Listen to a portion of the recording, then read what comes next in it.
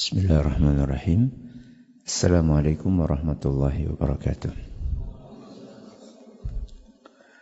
Alhamdulillahirabbil alamin. Assalatu wassalamu ala nabiyyina Muhammadin wa ala alihi wa sahbihi ajma'in wa ba'd.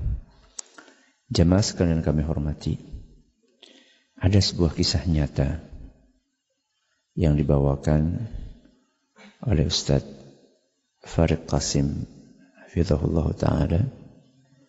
Kisah nyata yang menakjubkan dan penting untuk kita ambil pelajarannya. Kisah ini bercerita tentang sebuah keluarga yang di dalamnya ada seorang ibu yang sudah menjadi janda beserta dengan 2 orang anak laki-lakinya. Kisah ini terjadi di ibu kota Saudi, yaitu Riyadh. Dikisahkan bahwa 2 orang anak laki-laki ini, kakak beradik, sangat menghormati orang tuanya, sangat menghormati ibunya, sangat berbakti kepada keduanya. Mereka tinggal di sebuah apartemen nyewa. Kira-kira biaya sewa per tahunnya itu adalah 24.000 real. Kalau dirupiahkan sekitar 80 juta. Biaya apa? Nyewa. Ya, ngontrak apartemen. Kakak beradik ini kerjaannya sopir taksi. Mereka berdua berusaha keras untuk nabung sedikit demi sedikit untuk membayar biaya apartemen tersebut. Siang malam mereka bekerja sampai terkumpul uang sekitar 10.000 real. Padahal kebutuhannya berapa? 24.000. 10.000 real kalau kursnya 3.800, 1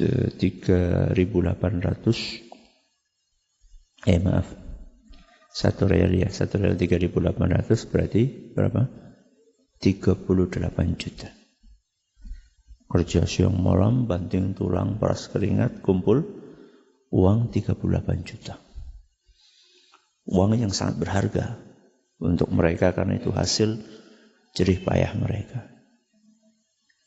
Akhirnya uang itu sama mereka diikat pakai karet, kemudian dibungkus plastik, supaya lebih aman lagi dilakban sama mereka. Ini kan hasil jerih payah yang sangat berharga. Kemudian mereka simpan uang itu di bawah bantal. Di bawah bantal. Mereka berdua berangkat kerja. Ketika mereka berdua sedang bekerja, ibunya masuk ke kamar. Rapi-rapi kamar anaknya, bersih-bersih, nyapu. Nah, ketika sedang merapikan kasur anaknya itu, mau merapikan bantal, dia buka bantalnya nemu bungkusan plastik. Begitu dia nemu bungkusan plastik, langsung mukanya merah. Keningnya berkerut, marah. Baru kemarin dinasehati supaya enggak main kartu. Supaya enggak main kartu, domino. Masih lagi main. Tanpa pikir panjang, ibu itu mengambil bungkusan plastik itu dan segera dibakar sama ibunya. Gak lama kemudian si bungsu datang.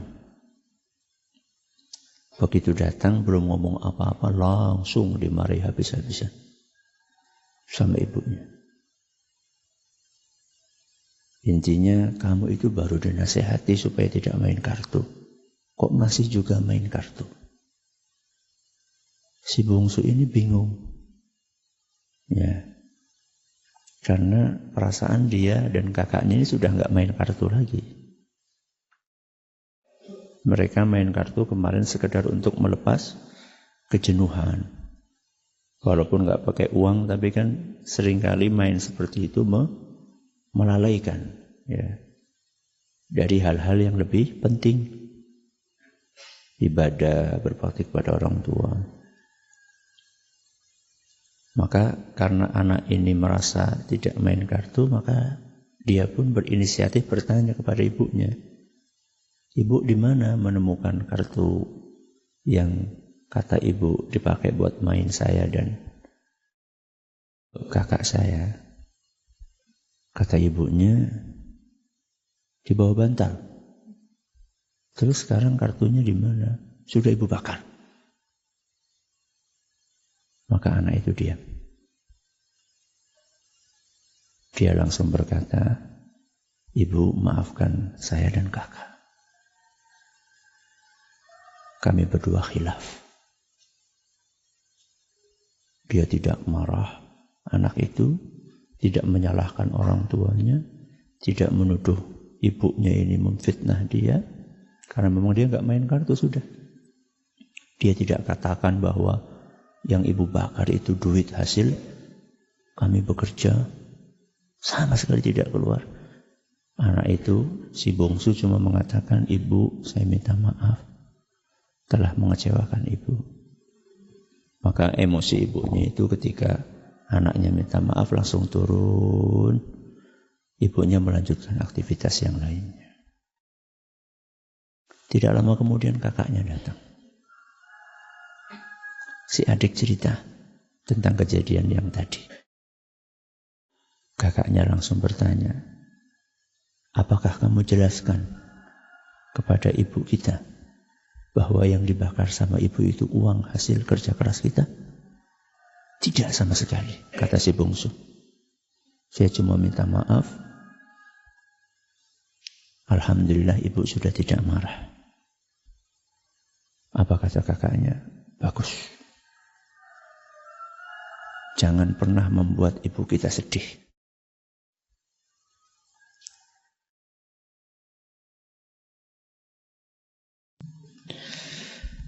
Beliau sudah capek ngurus kita. Dari kita kecil. Kesalahan kita kepada ibu kita lebih banyak dibandingkan kesalahan beliau kepada kita. Kesalahan yang sengaja kita lakukan kepada ibu kita.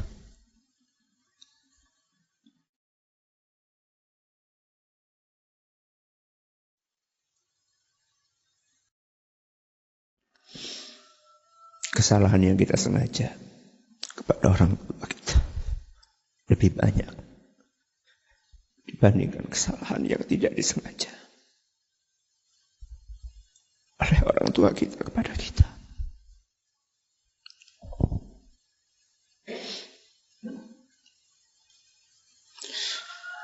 Allah berfirman di dalam Al-Quran,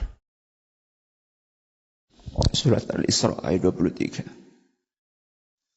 "Wa bil walidaini ihsan."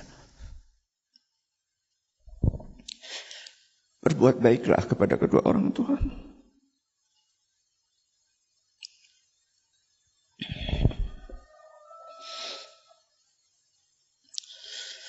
Berlatihlah untuk tidak membuat sedih kedua orang tua. Ayah kita, ibu kita.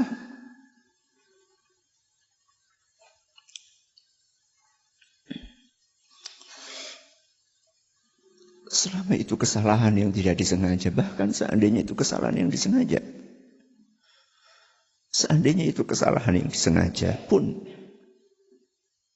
tidak ada bandingannya dengan kebaikan kedua orang tua kita kepada kita.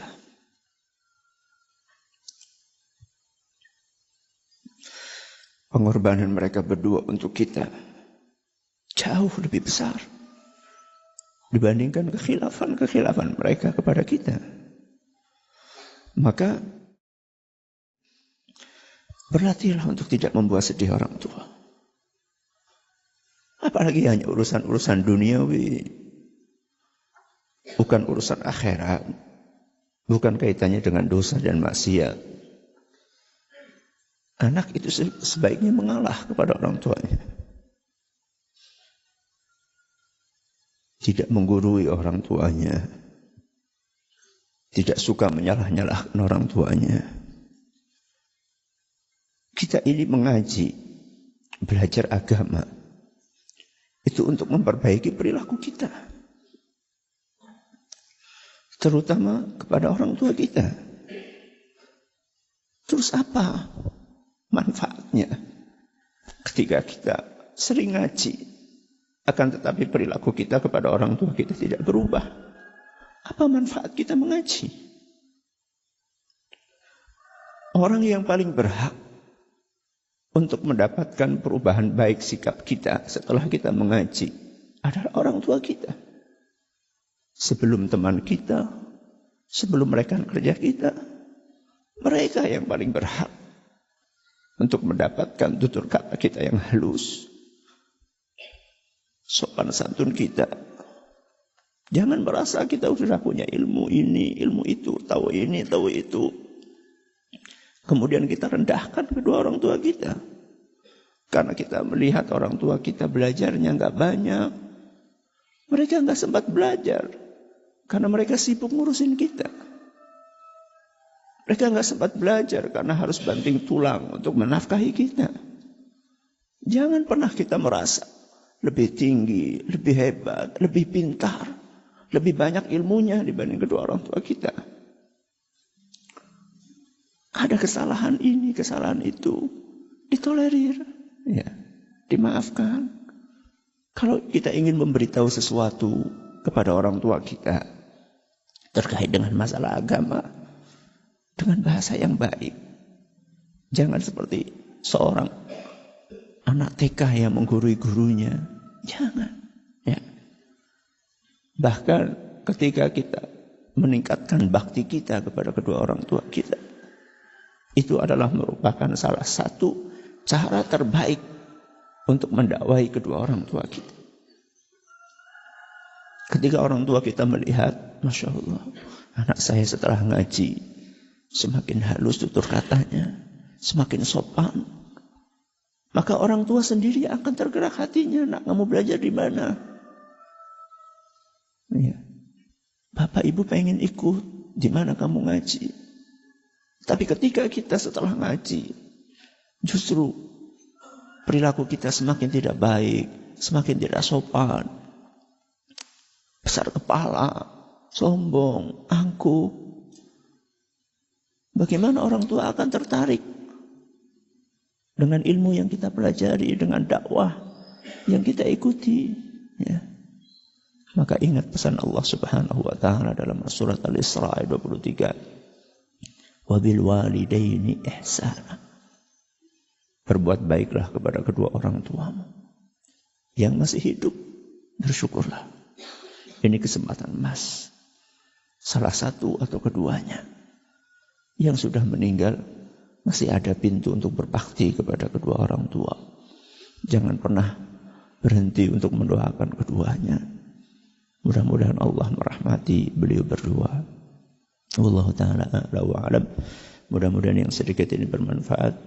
Subhanakallahumma wa bihamdika asyhadu an la ilaha illa anta astaghfiruka wa atubu ilaik. Assalamualaikum warahmatullahi wabarakatuh.